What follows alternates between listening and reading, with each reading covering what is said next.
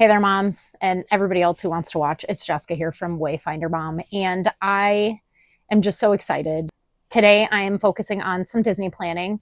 So, this is something that we've been doing every weekend or every other weekend for a little bit since we booked the trip. It's evolved over time. So, we are getting ready to go in June. It is just going to be myself, my significant other, Josh, and his sister, Amber. We're not bringing any children this time. It's exciting. It's going to be our first time going without any kids as adults. So I'm super pumped. So we're focusing mostly on Amber. I'm kind of getting the back end of the trip because it's for my birthday, and we're focusing on the rest of it, really what she wants to do. She's getting to pick our restaurants and all the things like that. So it's going to be a lot of fun. I'm super excited. We already have a really good idea of the restaurants we want. We've gone through all of them. We are getting the dining plan. So I know some of you that's like, oh, why do you do that? I love the dining plan. We're Disney bubble people. We stay on property. And the dining plan works for us. I get the most out of it. We plan on doing a lot of character meals and meals that involve like package deals with VIP seating for the shows and stuff. So for us, it's definitely worth it, especially just to have it paid for ahead of time. For me, that's a plus. I understand if some of you don't like it. And please know that if you're considering it and you've never had the dining plan before, it's all or nothing for everyone on your reservation.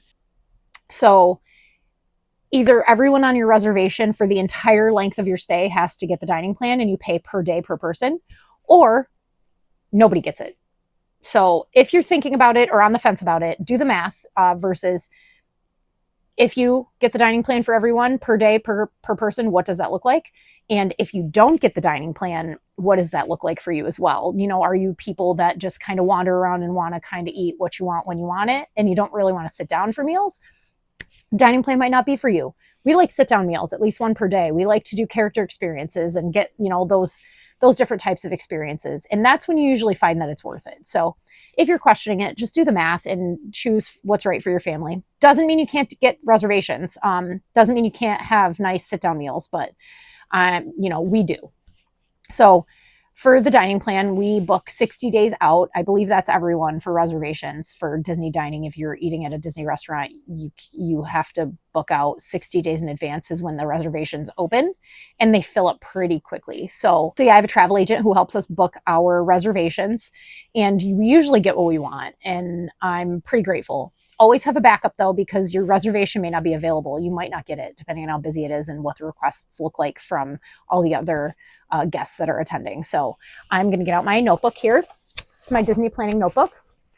One of 3 that I currently have floating around my house. The other 2 are from previous trips that I was going to continue to use until they were full. However, the men that helped me clean and organize sent them into the ether somewhere, and I can't locate them. So I had to buy just a new one, a new notebook, just a simple notebook. I like the color blue. It's one of my favorites. What our dining looks like so far, tentatively. Now we do have another month to nail this down. We are 99 days out. And like I said, you book your dining on 60 days out. So we have a little over a month to solidify these, but from now till then, the 60-day mark, I have a pretty busy time frame here at home. My daughter's birthday is coming up this upcoming weekend. The weekend after that is my son's birthday, and the weekend after that is Easter. So then we're coming up close to when our dining reservations need to be booked. So there's really not a whole bunch of time, and I work full time Monday through Friday. So weekends for me are going to be pretty busy in the next couple weeks. So we just need to finalize these plans. I will be seeing Amber at all the family events coming up. And I obviously live with Josh. We live together, so we can all talk about it. Amber and I have pretty much already picked the restaurants that we want to eat at. We just haven't nailed down every single one of them when we're eating. We know most of them. So I'm going to run them through with you real quick, okay? And then you let me know. You give me some feedback or comments or whatever. Questions is fine. Anything you want to have a discussion about regarding Disney and dining and these restaurants or any other restaurants. So not all of the restaurants are covered under the dining plan. So if you are utilizing the dining plan, just make sure you can go on the My Disney Experience app, click on any restaurant. You can search it. You can go to the park. You can filter them out many ways. Find the restaurant and it will tell you what year it's covered under the dining plan. So it will tell you it's covered under the 2025 dining plan and the 2026 dining plan. It will give you the point amount that you need. So it's pretty easy to plan. If you have the My Disney Experience app, it makes it really helpful. You can kind of map out if you want to trace your day along the park, like, hey, we're going to start over here and work our way this way. So about lunchtime, we'll be kind of in this area. We don't do that. We kind of go backwards. We start with dining plans and what park we're going to be at, and then kind of plan everything else around those. Those are like our anchors in our vacation. And then we just, everything else kind of falls in as we want to do it. So the day we leave is a Sunday. It is going to be, we're flying out on a Monday morning, but we're leaving home on a Sunday afternoon, and it's going to be Father's Day. So we're going to drop the kids off at their grandparents and go to the hotel, spend the night. We're going to fly out the next morning. Our flight is at 7 a.m. on the 22nd of June. So that day I booked a I'm going to book a dining reservation. Not booked yet. Misspoke. They will be hopefully booked. We're shooting for Ohana for dinner for the first night of vacation. It's just going to be really cool. I'm hoping for a fireworks time slot around the time fireworks goes off, and I'm really hoping for a fireworks seat. That would be awesome. We got it last time we went. You have to ask for that when you check in for your reservation. So you can request it, I guess, when you book the reservation, but it's really not going to matter. It's not going to do anything. When you go to the restaurant and give them your name with your party number, with your reservation, that's when you tell them, if we could, I'd really like a window seat with a fireworks view, if you can swing it. We'll wait if we have to. That's fine. I would really love it if you could make that happen. And if they can make it happen, they'll make it happen. But it's not guaranteed. You should always have a backup plan too for your restaurants. So Ohana is our first choice for obviously firework times, trying to get to see the fireworks show from, wonderful dinner at Ohana. You can hear it overhead of the speakers. They play the entire fireworks show for you, at least the audio part. The visual you see, you don't get the projections on the castle, but we plan on going to see that when we're in the park too. So we'll get that experience as well. But it's just a really cool, welcome to Disney. Here you are, magical moment. Here, eat dinner, watch the fireworks at Cinderella's castle across the way, and just enjoy. Ride the monorail back and forth, all the best things about Disney World. So that's what I'm hoping we get to do the first night. If for some reason that doesn't work out, what I have is Sebastian's Bistro is here as a backup. That's right at our hotel. It'll be a very mellow, welcome to Disney, kind of come and have dinner, relax at the hotel, get an early night's sleep. Because the next day, we're going to Animal Kingdom and we're rope dropping. And Animal Kingdom opens really early. It actually opens earlier than all the other parks. And there's really not a whole bunch to do there right now. Everything's closed. Dinosaur's closed. So there's Pandora, which is going to be a lot of fun. Bluey's going to be there too. So I'm really actually excited about that at Conservation Station. And it sounds like that whole area will be opened back up. So we'll be able to go there. We'll be able to see the nature trails and the treks. We're doing a private safari, so that'll be fun. So we're not having a sit-down meal that day. We're doing the private safari instead, which includes dinner. It's like a tapas-style dinner, I guess. I'm excited to actually find out what it entails. So we're going to be doing that on our first day in the park, and that is going to be on the 23rd, Tuesday the 23rd. The next day is Wednesday, the 24th. We're going to be doing that. We're rope dropping Magic Kingdom. We plan on lunch at the Crystal Palace. So Crystal Palace it's Winnie the Pooh character dining, and it's super awesome. Every day is Friendship Celebration Day, and they have this cute little parade with Winnie the Pooh and Tigger, and you got Piglet and Eeyore there too. And you get to meet them. Winnie the Pooh you have to go up and meet, but the rest come around to your table. It's buffet style. They have excellent food. It's traditional American dining. You've got something for everyone kind of thing. Really traditional foods like mac and cheese, chicken tenders. You got different meats and different things too, but it's all pretty standard and it's delicious. So we're going to do that day. Character meals is where you get your bang for your buck with the dining plan. So we're doing a lot of those, a lot of character meals. So I plan on using my specialty coffees that I want, or super expensive snacks to cover the snack credit. As long as it's over $6 or $7, you should be getting your money worth. Don't waste it on candy bars. Don't waste it on bottles of water. You can do that. I recommend bringing refillable water, like a thermos. Make sure it's got a filtered straw though, because Florida water, some of the refill stations do not taste that great. So like they say, like AJ from DFB Guide says, swamp water, Florida swamp water. Although it is in a filtration system or a tap water system, it does not taste very good. So do yourself a favor and buy a filtered refillable water bottle to bring with you to the parks. You can refill it as many times as you want there. Doesn't matter. They don't care. You can use your snack credits on water bottles and stuff, but I would not recommend that. spend it on something cool, a cool snack that you want, and just make sure it's over $6 or $7 ideally, and you'll get your money's worth out of the dining plan. So that's usually what I'll do. I'll get a snack that I want or a specialty coffee, whichever one's more expensive, and then I'll pay out of pocket for the other one for the day. Or you can use all your snack credits on the first day and then pay out of pocket for the rest of the time you're there. It doesn't really matter. So that's what we're going to do on a Magic Kingdom day. We're going to go to Crystal Palace. We're going to enjoy the character meal. We're going to break our quick services up. So I don't always eat breakfast. Sometimes I'm hungry, but I'll share a breakfast. So I find what's beneficial is we kind of pool our quick services and our snacks, and we'll just kind of get it as we want. Like Josh and I will get a breakfast. We'll share it. He'll eat the bacon and stuff, and I'll eat like the Mickey waffles, and he'll have the eggs, and maybe I'll take a bite or two, and I'll have a drink from my cup. And that's pretty much it. I just need something super small to put in my belly before we go like take off to the parks and get 10,000 steps before lunch. So that works out really well, when we can share. Usually when we have the kids, we will split 50-50, half for breakfast, half for dinner. And usually we have some left over that we have to quickly figure out how to use. And then we're trying to burn like snacks and stuff by, filling up, trying to use our credits accordingly without wasting them. It's kind of fun to do, not gonna lie. Like we kind of look at all the snacks and are like, ooh, where can we go? Ooh, this one has a good snack. Oh, look at this one. The quick service is really nice.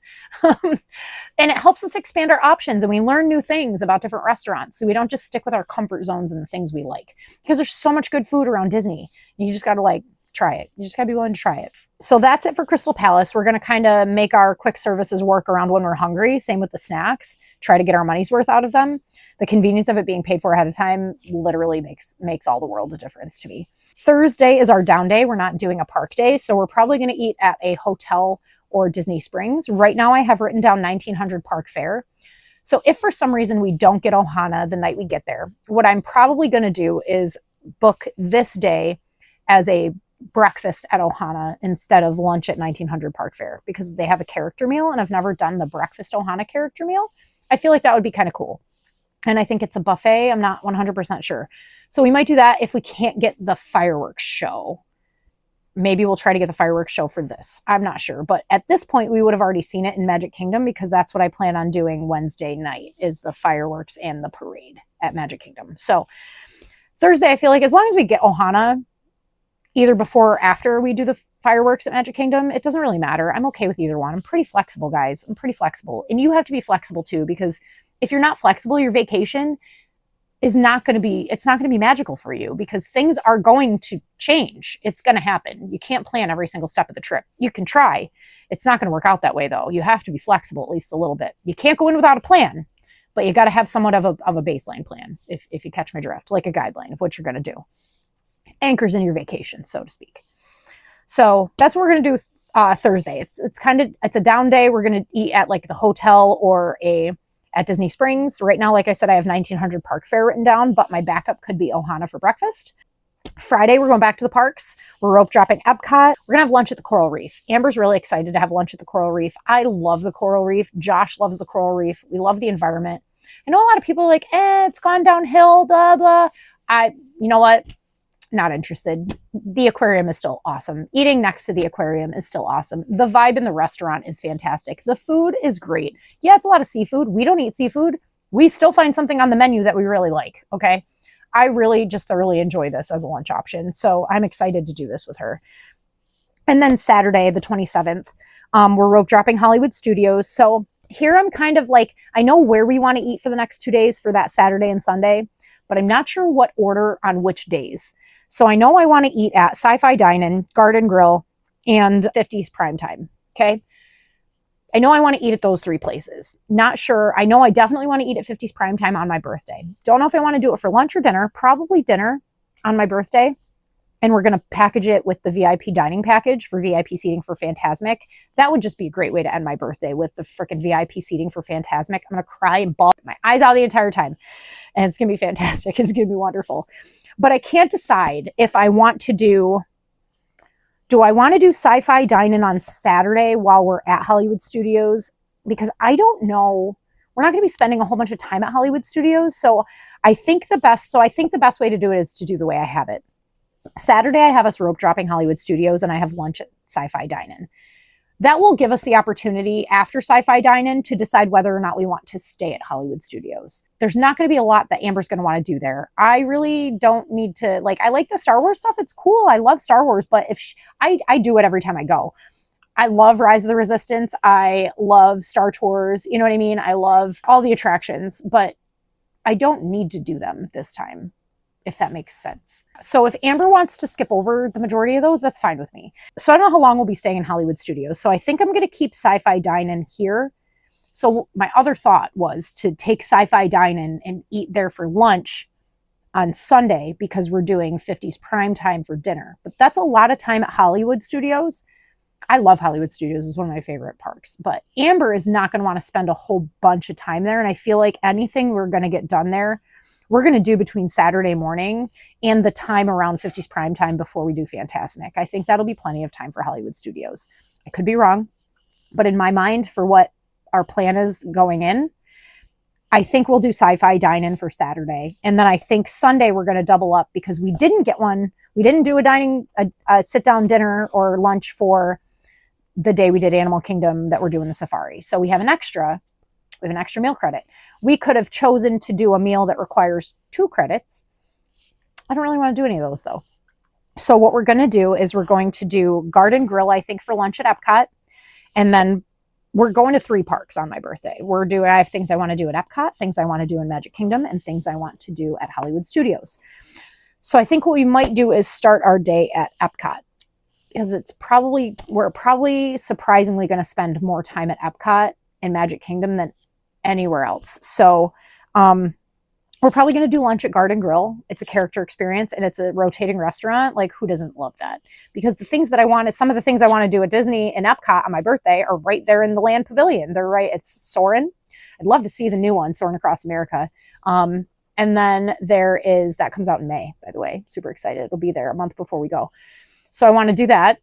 It's probably going to be a super long line. Going to need to get a lightning lane for that bitch. I want to do Living with the Land, which usually almost always never has a line. So not really worried about it. I am getting lightning lanes, so we could do that if we wanted to with no line. So we're going to do those. I definitely have to do Figment, which also almost always never has a line. I know she's going to want to do Frozen, and we definitely should do Remy's. I'm the only one that's done Remy's in our party that's going. So it's going to be fun. We're going to have a lot of fun time at Epcot, I think. So I think we'll do Garden Grill at Epcot, and then we'll do 50s Primetime VIP package for Fantasmic for that day for my birthday. I was debating doing it Saturday or Sunday. Like, did I want to do it the night before my birthday? And I was like, nah, that'd be super magical to do on my birthday, our last day in the parks, day before we fly home. Like, it's just going to be awesome. So it's going to be like a bittersweet moment because it's going to be the last thing we do in the parks. Might linger in the parks afterwards, get a snack, hang out, chill, enjoy the vibe before the next day we have to fly home. We're not flying home till late though. So we have kind of the whole day after we check out to like hang out at the hotel, spend some time at the hot tub, spend some time in the pool, maybe go to Disney Springs, maybe resort hop before we have to be back to the airport. I don't know. Sky's the limit, really.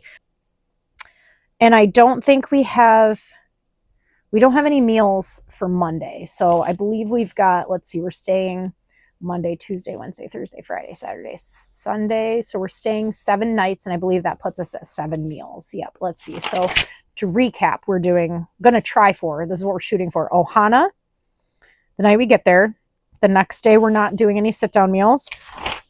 And then the day after that, we would be doing Crystal Palace. And then we would be doing, right now, 1900 Park Fair. And then Coral Reef the next day. Sci-Fi Dine-In after that. And then we would do, on my birthday, Garden Grill and 50s Primetime. I don't know. Sounds pretty good to me. So that's what I'm looking for. I will definitely update you guys when we get closer. And if I'm able to make these reservations or not, I will let you know for sure. I'm going to be posting more videos too about different aspects of our trip and packing videos, hauls, schedules, lightning lane experiences. I'm going to be doing a lot of reviews when we come back too. So thanks for tolerating me, guys, listening to me rant about Disney dining and the restaurants that we'll be doing, but I'm super excited. And if you have any questions or anything that you want to know, feel free, reach out to me and I will gladly answer them for you. Okay. I hope you enjoy the rest of your day, and don't forget to take care of you and find some magic along the way. Okay. All right. Bye, everyone.